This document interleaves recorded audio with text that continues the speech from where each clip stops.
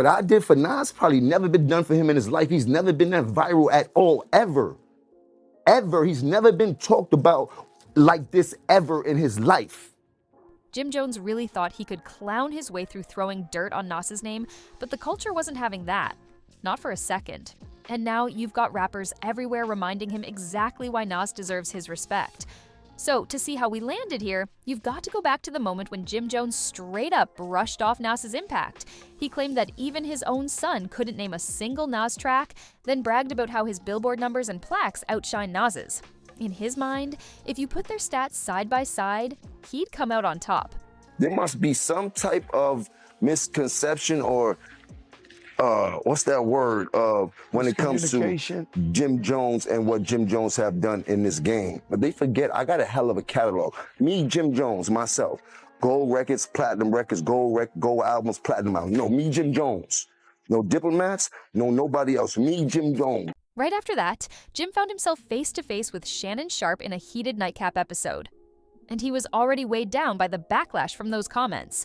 When Shannon pushed him to clear things up, Jim didn't backtrack. He stood on it, saying Nas lost him after Belly.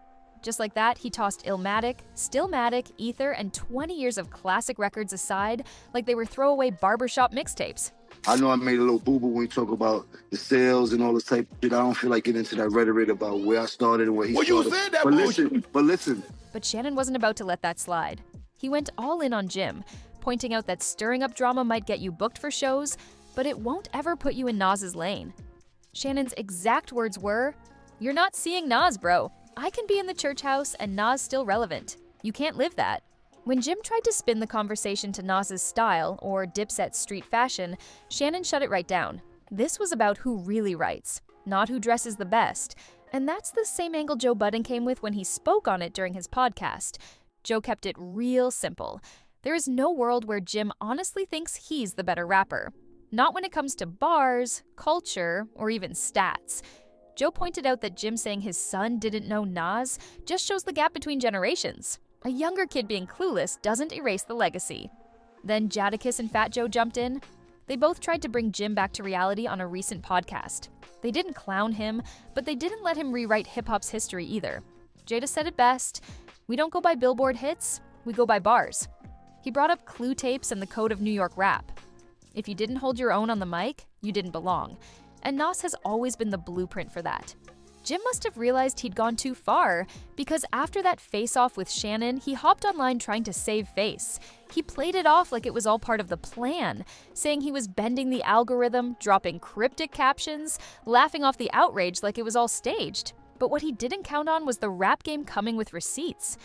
The truth is, Jim doesn't need to pull stunts like this. He's got real classics, staying power, and respect in the game. But when you mess with someone's legacy, especially Nas's, you cross a line that people won't let you erase. He admitted it was about chasing the bag, saying going viral is part of the hustle now, but a lot of people see it plain and clear. If you need to drag legends just to get clicks, maybe your own legacy isn't worth the noise. Because at the end of the day, no amount of trolling changes facts. Nas didn't just make hits. He built memories that made hip-hop what it is. And the culture's making sure Jim remembers exactly where that line is. I ain't got time to play. I'm trying to make some money. I'm going broke. I'm tired of wearing the same clothes. Whatever you need to say about me, I'm tired of it. All right, switching gears. Because seriously, what in the emotional snitch chronicles is going on with Lil Woody right now? This isn't some rumor, not some shady leak. This is a man breaking down live on camera. And this time, it's not about Young Thug, YSL, or who told on who. It's about a man saying he's flat out broke. Broke. Here's the crazy part. This wasn't a flex or a publicity stunt. This was raw, real pain. Lil Woody went live, shaking, eyes full of tears, and straight up said, "I'm going broke." You could hear the weight in every word, the sound of someone carrying regret for years. So now everyone's asking, how did it get so bad? Remember, this is the same Lil Woody who was deep in the middle of the YSL trial mess. He got labeled as the big informant, the guy who allegedly gave prosecutors so many details that people joked he needed a podcast, not a lawyer. But when it came down to it, most of that didn't even make it into the courtroom. So now he's stuck with the snitch tag and nothing to show for it. The streets don't want him, the system didn't have his back, and the people he counted on, They ghosted the second things got ugly. In that live stream, Woody spoke about how the folks he trusted turned their backs on him like he never mattered. Let me tell y'all something about friendship.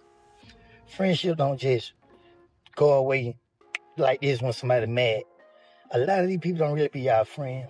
They just be using y'all to their own benefits. They want what you got. They want the attention that you can. It's something that they're around you for, because a real friend won't fall out with you because you associate with people they don't like. And that part hit different. You could see it on his face. He wasn't just broke for real, he was empty inside too. And that's when the internet went savage. One fan said, "A snitch talking about somebody turning their back on him. Crazy." Another wrote, "A rat talking about loyalty. This got to be satire." And someone else added, "He really thought he was the main character. Now he's just the plot twist nobody asked for."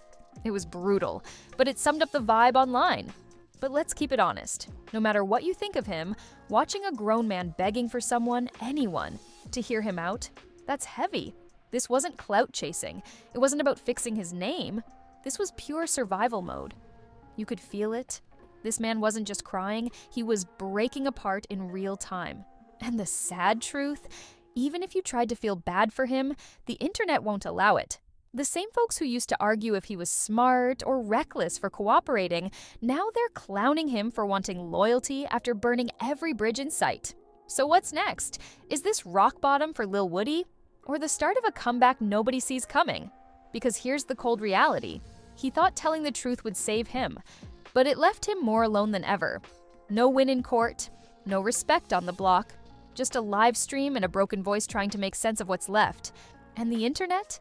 They're watching it like it's a show. But this ain't entertainment, it's a lesson. The system doesn't always reward you for playing by its rules. And the streets? They never forget.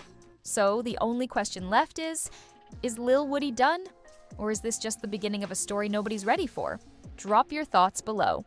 If you stuck around till the end, I want to hear your take. Drop a comment, share your thoughts, and don't forget to subscribe so you never miss the moments when hip-hop keeps it real.